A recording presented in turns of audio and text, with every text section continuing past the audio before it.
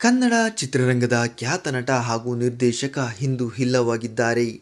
ಹೌದು, ಹಲವು ವರ್ಷಗಳಿಂದ ಚಿತ್ರರಂಗದಲ್ಲಿ ಸಕ್ರಿಯರಾಗಿದ್ದ ಖ್ಯಾತ ನಟ ದಿಲೀಪ್ ರಾಜ್ ಅವರು ನಿಧನರಾಗಿದ್ದಾರೆ.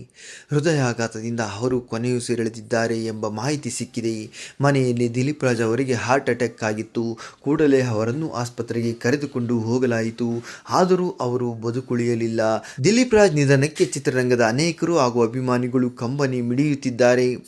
ದಿಲೀಪ್ ರಾಜ್ ನಿಧನದ ಸುದ್ದಿ ಕಿರುತೆರೆ ಹಾಗೂ ಚಿತ್ರರಂಗಕ್ಕೆ ದೊಡ್ಡ ಆಘಾತ ನೀಡಿದೆ. ದಿಲೀಪ್ ರಾಜ್ ನಿಧನದ ಸುದ್ದಿ ಕೇಳಿ ಕಲಾವಿದರು ಹಾಗೂ ಸ್ನೇಹಿತರು ಆಸ್ಪತ್ರೆಯತ್ತ ಧಾವಿಸುತ್ತಿದ್ದಾರೆ. ಮಿಲನ, ಯು-ಟರ್ನ್, ಆರ್ಕೆಸ್ಟ್ರಾ ಮೈಸೂರು, ನಿಮ್ಮ ವಸ್ತುಗಳಿಗೆ ನೀವೇ ಜವಾಬ್ದಾರರು ಸೇರಿದಂತೆ ಹಲವು ಚಿತ್ರಗಳಲ್ಲಿ ದಿಲೀಪ್ ರಾಜ್ ಅವರು ನಟಿಸಿದ್ದರು. ಪಾರು, ನಾನಿನ್ನ ಬಿಡಲಾರೆ ಧಾರಾವಾಹಿಗಳನ್ನು ಕೂಡ ನಿರ್ಮಾಣ ಮಾಡಿದ್ದರು. ದಿಲೀಪ್ ರಾಜ್ ಅವರ ಅಕಾಲಿಕ ನಿಧನ ಅವರ ಕುಟುಂಬದವರನ್ನು ಕುಗ್ಗಿಸಿದೆ. ನೀವು ಸಹ ದಿಲೀಪ್ ರಾಜ್ ಅವರ ಆತ್ಮಕ್ಕೆ ಶಾಂತಿ ಸಿಗಲಿ ಅಂತ ಕಮೆಂಟ್ ಮಾಡಿ ತಿಳಿಸಿ.